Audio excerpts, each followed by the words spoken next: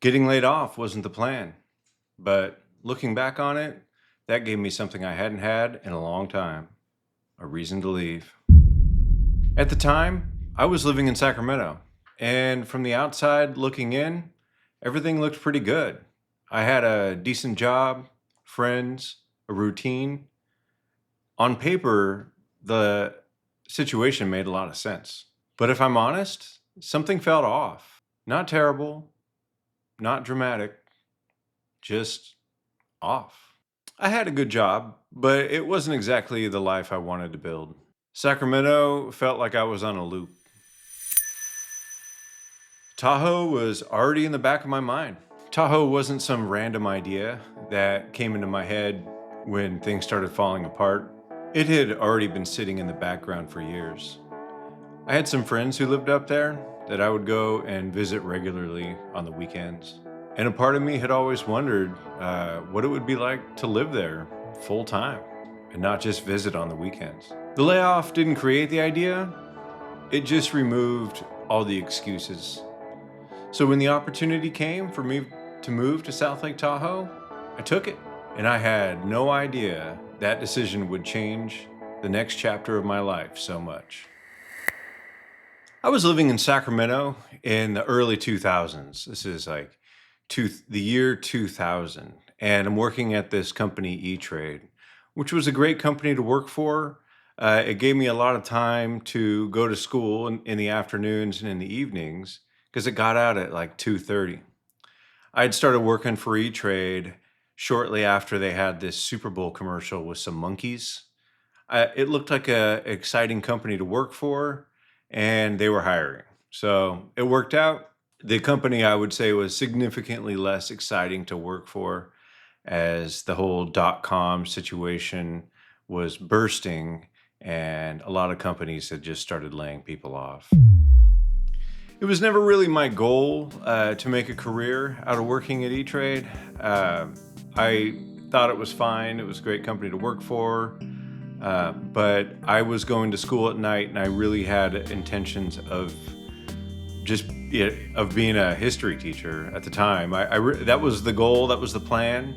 But you could go to school anywhere and you don't necessarily need to work full time and do the night classes. And at this time in my life, I had been going to school for a few years and it sort of felt like life was passing me by.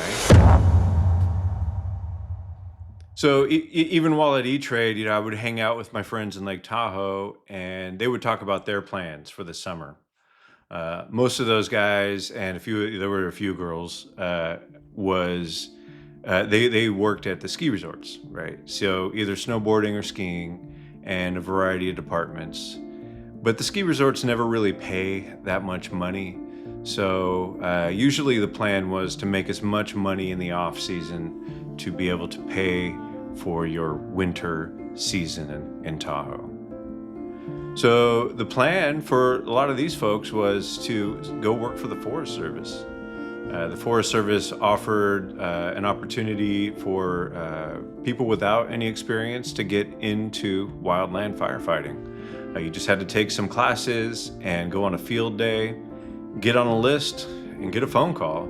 Seemed like a solid plan to me. I did have my job at E-Trade. Once I got laid off, it stopped being a maybe. It wasn't a big master plan, it was just a direction. So I packed up and went to Lake Tahoe, thinking it was just temporary. Around that same time, I had a friend of mine was looking for a roommate. So it was just a room for a few months, but that seemed like a great opportunity for me. So shortly after getting laid off, that school semester ended and I moved to Lake Tahoe. And the place we were living in, we called it the church. It was a spot that had been previously a chapel, like a wedding chapel. And so there was all sorts of stained glass window, giant fireplace, but it had been sort of divided up into a variety of apartments. And my room was what used to be the pantry.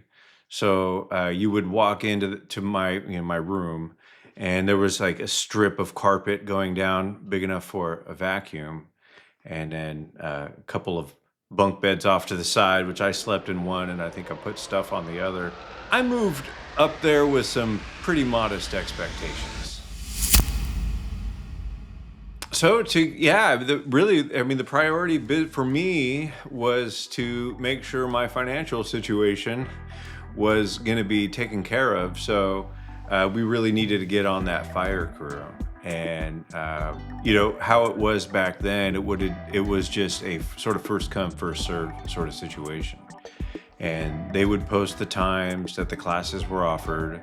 And I believe they offered a few different opportunities to go and take the in-person class, but it was limited seating. So the day of the class, my buddies and I showed up hours ahead of time and just posted up and hung out until the class started. After the class, and all the folks, after they'd gone through all the classes, then they had a field day. And I think there was probably about 100 people at the field day. So anyways, the field day, you kind of go over everything and then you're on the list.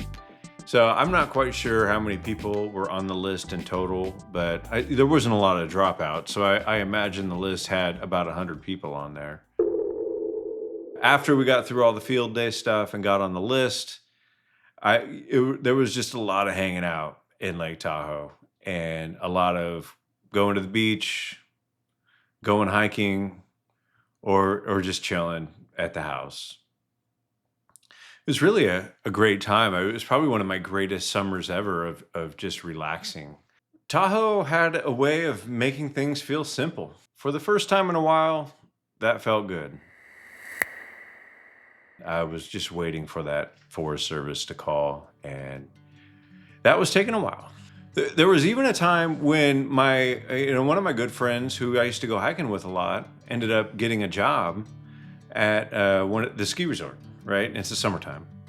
And so he's working up there and they're building a bar, and then they needed a laborer, right? So someone to work on their water bars, which is very similar work to what I was going to be doing with the Forest Service, as far as you're on the side of a mountain swinging a tool. And that seemed like a good plan to me. So I said, I'll take it. So I ended up working at the ski resort for a while with my friend, and we were both on the fire crew, but weren't working. And the ski resort knew our situation, and they knew it pretty much at any moment that we could get called to a fire, and that would be that. So it was kind of a fun summer, an unexpected side job working at a ski resort in the summertime. And then one day the phone call came, and my friends and I ended up getting on the fire crew, and the summer changed fast. So when the call came, we had to get our gear together, and my friends and I the next day went down to the fire station. For us at the time, there wasn't actually a fire going on. But the AD crew was called to assemble. And so then we assembled, and they started having us go out doing like fuel reduction. And so essentially what this means is there was enough fires going on in the area that the full-time folks were already working, and they just needed to have some more resources ready to go. The first fire came at the end of an 8-hour day. So we had worked the whole day doing fuel reduction.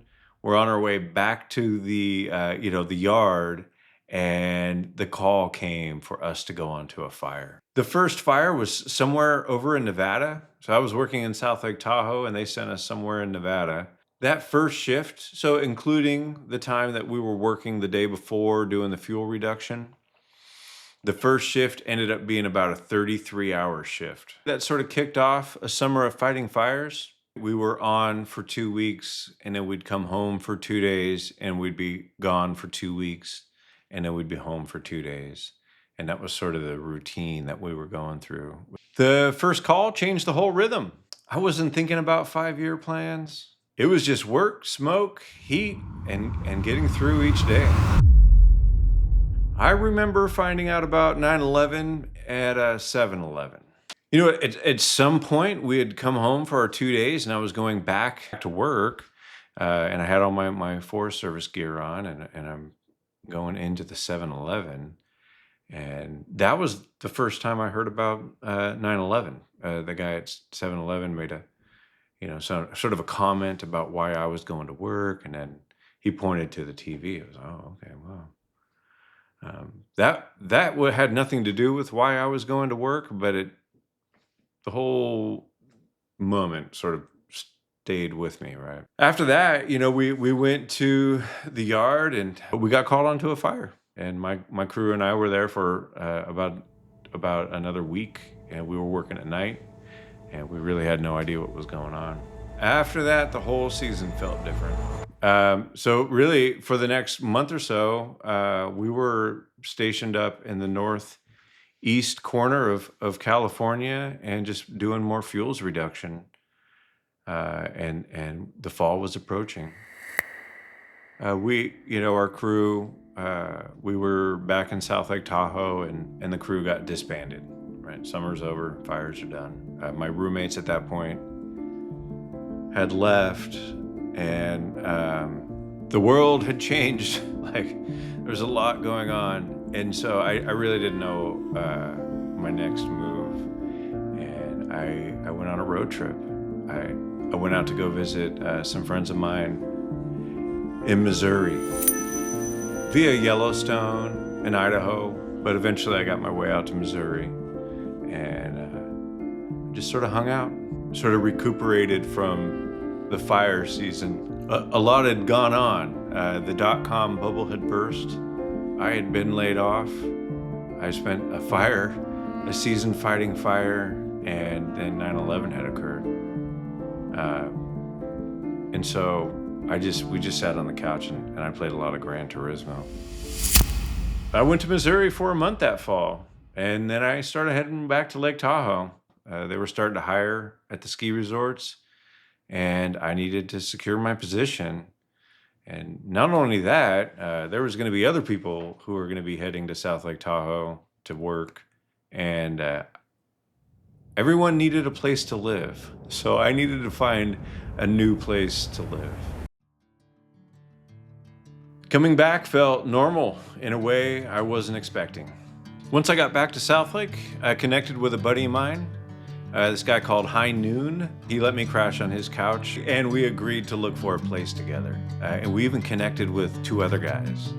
And so we ended up renting a 4-bedroom out in Meyers, in this town called Meyers, which is just outside of South Lake Tahoe, really close to the ski resort I was going to be working at. It was a perfect spot. And that changed everything. So with housing secured, it was time to go get a job. I knew a lot of folks in the lift department, so I got a job there and bought a snowboard. I wasn't necessarily very good at snowboarding, but I was able to get from point A to point B, and that was really all the job required. One summer had quietly turned into something else. By then, I wasn't asking how long I was going to stay. I was just living there.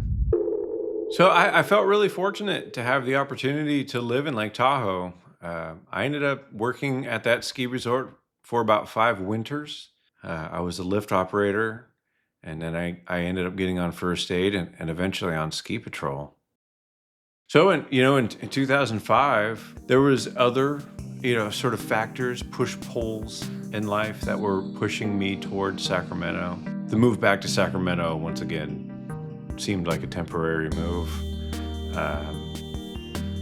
But I ended up getting married, and I had 3 kids, and I just ended up living a normal Sacramento life.